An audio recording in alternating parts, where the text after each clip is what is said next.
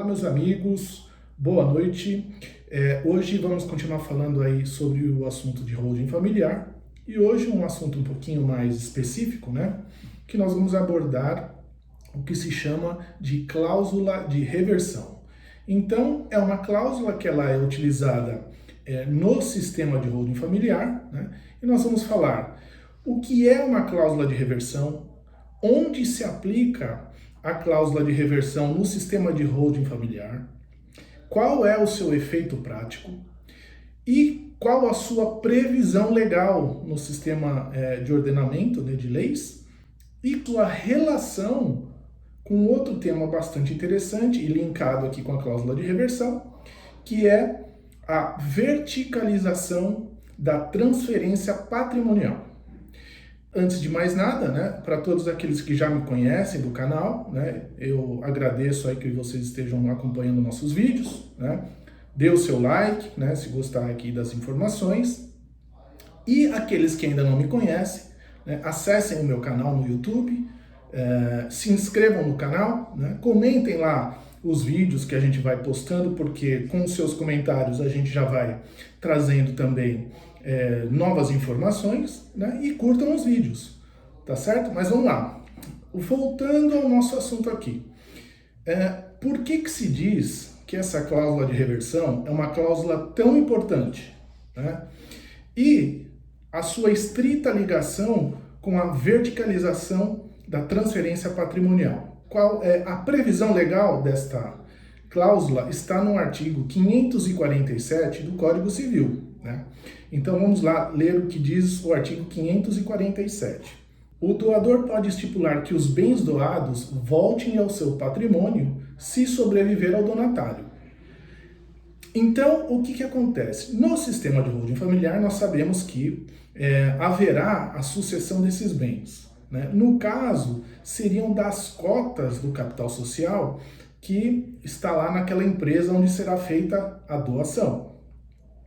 Então, o artigo 547 do Código Civil, ele diz o seguinte: o doador, ele pode estipular que os bens doados voltem ao seu patrimônio se o herdeiro vier a falecer antes do doador.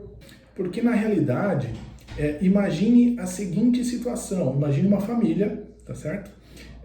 Com dois filhos, tá certo? Os filhos já casados, né? E vamos supor que você já tenha montado o sistema de holding familiar e já tenha doado as cotas sociais da empresa para o seu filho ou para os filhos herdeiros. Numa situação infortuita, né? Claro, se o herdeiro vem a falecer antes do doador, o que acontece? Veja que interessante. Os bens, ou seja, as cotas que foram doadas, né, para esses herdeiros, elas não vão se comunicar com o regime de casamento dos herdeiros. Olha que bacana, independentemente de qual regime for esse. Por que isso acontece? Porque mesmo antes de haver essa comunicação de bens, né, com os cônjuges, essas cotas sociais elas vão retornar automaticamente ao doador.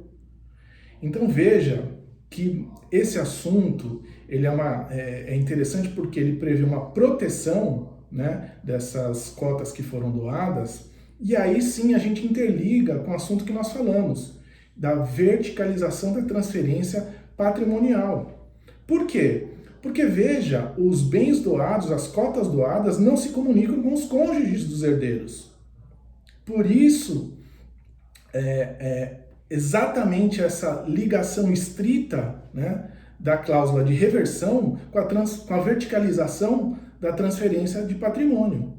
Então isso é muito interessante porque protege realmente, né, esse patrimônio e havendo essa reversão, né, ou seja, esse retorno do patrimônio que foi doado ao doador, ele pode redistribuir essa doação para se adequar à legítima.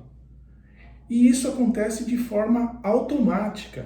Olha que interessante. Então é uma cláusula bastante interessante que deve ser inserida no sistema holding familiar. Entretanto, a gente tem que tomar cuidado com o seguinte. No próprio artigo 547, há uma ressalva, né? Então vamos lá no parágrafo único que diz o seguinte: não prevalece cláusula de reversão em favor de terceiro. O que isso quer dizer? Isso quer dizer o seguinte: imagine os patriarcas, os donos dos bens, né, e que por sua vez efetuaram, né, a doação das cotas para os seus herdeiros. Quando se utilizam da cláusula de reversão, esses bens têm que retornar necessariamente aos patronos, ou seja, aos doadores originais. Então, esses bens não podem retornar a um terceiro favorecido, por exemplo, né? Então, essa é uma determinação, então, do parágrafo único do artigo 547. E aí, pessoal, vem uma dúvida bastante pertinente, que é a seguinte: nós sabemos que quando são feitas as doações dessas cotas aí para os herdeiros, há a incidência do ITCMD, que é o Imposto sobre Transmissão Causa-Mortes e Doações, nessa operação.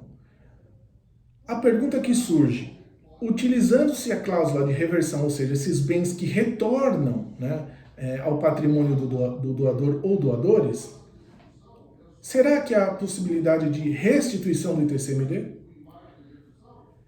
Não haverá essa restituição do ITCMD, por quê? Porque a doação é um instituto perfeito e acabado, né? E já ocorreu, né, a doação dos bens e, portanto, o fato gerador já ocorreu, né? Nesse sentido, então, havendo a necessidade aí da reversão desses bens, não haverá possibilidade de restituição do ITCMD já recolhido. Então eu espero que vocês tenham gostado desse vídeo, né? São informações importantes aí a serem inseridas no sistema de holding familiar.